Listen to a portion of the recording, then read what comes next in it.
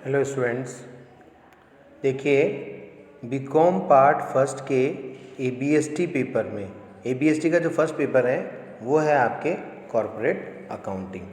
एबीएसटी मतलब हर एक सब्जेक्ट के आपके दो पेपर जो होते हैं, उसमें जो एबीएसटी सब्जेक्ट है उसका फर्स्ट पेपर है कॉरपोरेट अकाउंटिंग और सेकंड पेपर है स्टैटिस्टिक्स।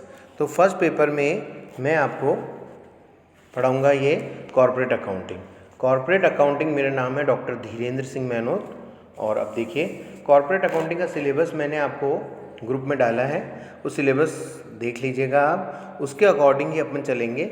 और उसमें पहली बात आती है, अपन उस सिलेबस के हिसाब से पढ़ रहे हैं, उसमें आ रहा है इशू, फोरफीचर, री इशू ऑफ शेयर्स।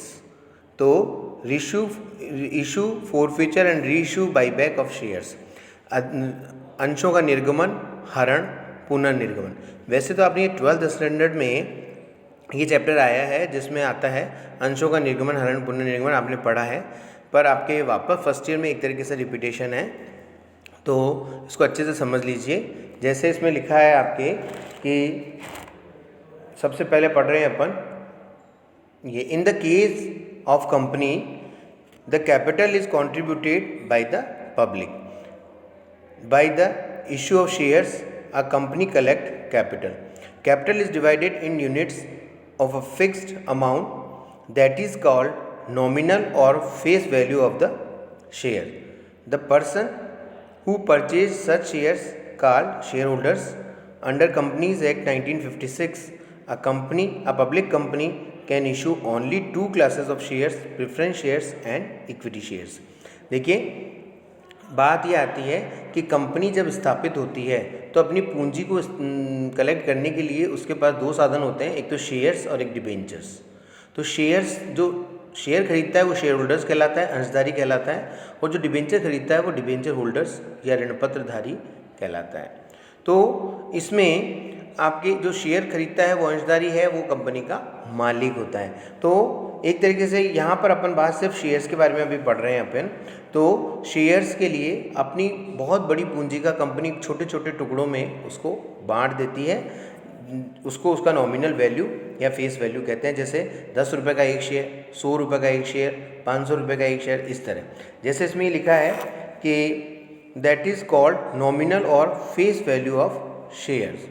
तो इस प्रकार एक बड़ी पूंजी का छोटा टुकड़ा वो शेयर कहलाता है।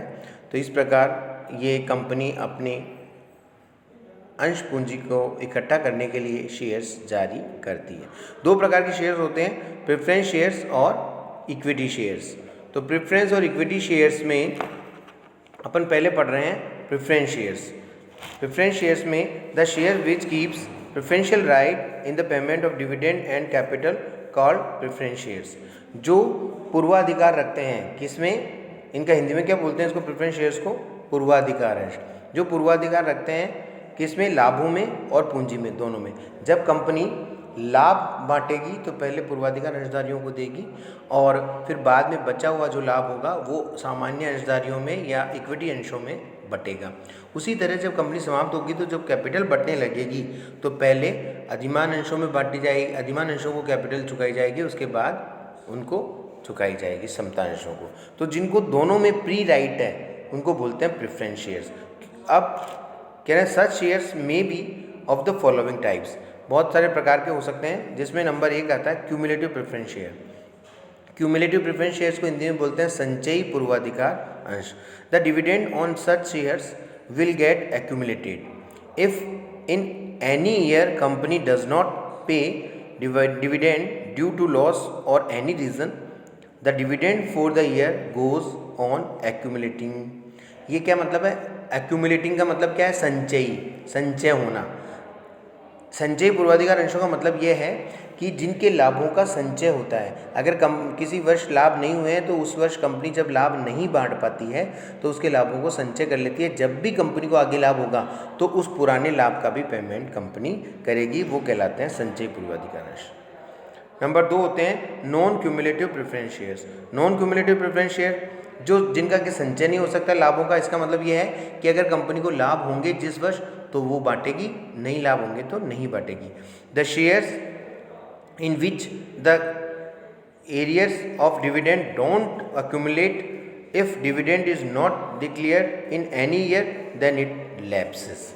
वो समाप्त हो जाएगा। अगर जिस साल लाभ नहीं हुआ है तो उस साल का लाभ नहीं मिलेगा, संचय नहीं होगा मतलब कुल मिलाकर। फिर होता है participating preference shares. Participating preference shares का मतलब होता है अवशिष्ट भागी पूर्वाधिकार अंश। अवशिष्ट भागी पूर्वाधिकार अंश का मतलब क्या होता है कि एक निश्चित प्रतिशत, पूर्वाधिकार अंशों के हमेशा एक निश्चित प्रतिशत लिखी हुई होती है।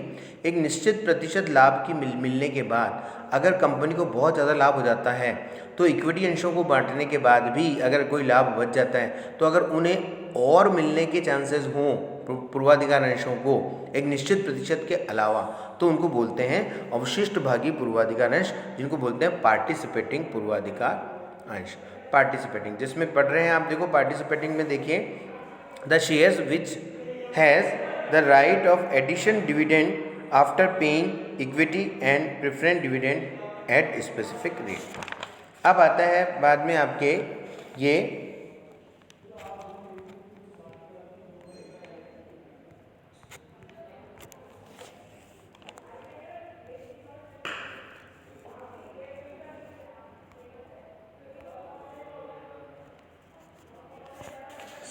देखिए non participating preference shares. Non participating preference shares का मतलब होता है कि जिनको एक बस निश्चित प्रतिशत जो लाभ का होता है वही मिलता है, उसके अलावा उनको कुछ नहीं मिलता है, वो कहलाते हैं नॉन पार्टिसिपेटिंग।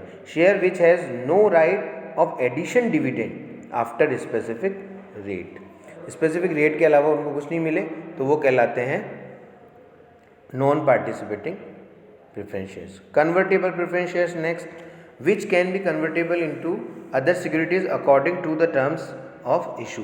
जिनको अन्य सिक्योरिटीज़ में बदला जा सके वो कहलाते हैं वो परिवर्तनशील कन्वर्टेबल प्रेफरेंस शेयर्स, और जिनको नहीं बदला जा सकता वो होते हैं non convertible shares. If the right of conversion is not available to preference share holders the shares are called non convertible shares. फिर होता है रिडीमेबल और इररिडीमेबल। रिडीमेबल प्रेफरेंस शेयर्स क्या होता है, जिनका कुछ समय बाद कंपनी रिडम्पशन कर देगी, शोधन कर देगी, वो रिडीमेबल कहलाते हैं। और इररिडीमेबल जिनका कंपनी अपने जीवन काल में कभी शोधन नहीं करेगी, जब कंपनी समाप्त होगी तब जितना उसको मिलना होगा वो मिल जाएगा। तो रिडीमेबल प्रेफरेंस शेयर्स में कह रहा है shares which are to be redeemed during the life time of company we can say, और after commencement the companies 1996 number company can issue irredeemable preference shares. अब इसमें आता है आपके यहाँ पर ये बात होती है कंप्लीट, और अब होता है कि ये प्रेफरेंस शेयर्स तो ये हुए, अब इक्विटी शेयर्स क्या होंगे। According to the section 85(2) the Indian companies act, equity shares capital means all such shares capital which is not preference shares. जो पूर्वाधिकार अंश नहीं है वे सभी के सभी इक्विटी अंश हैं, जो पूर्वाधिकार अंश नहीं है वो सभी के सभी इक्विटी अंश है। इक्विटी शेयर कैपिटल कितने प्रकार की होती है, एथोराइज्ड, इशूड और subscribed. Authorised, issued and subscribed. Authorised share capital क्या होती है, एथोराइज्ड शेयर कैपिटल होती है this is the maximum amount which A company can issue in life time. This amount of share capital is stated in the memorandum of association.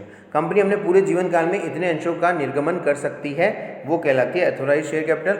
जितने अंशों का company ने निर्गमन किया, एथोराइज्ड शेयर का वो पार्ट जिसका कि जनता में निर्गमन कर दिया वो इशूड, और सब्सक्राइब जितना जनता ने मांग लिया वो सब्सक्राइब प्रेफरेंस शेयर्स। तो यहाँ पर आज का टॉपिक यहीं ख़त्म करते हैं, नेक्स्ट टॉपिक में बात करेंगे। Thank you.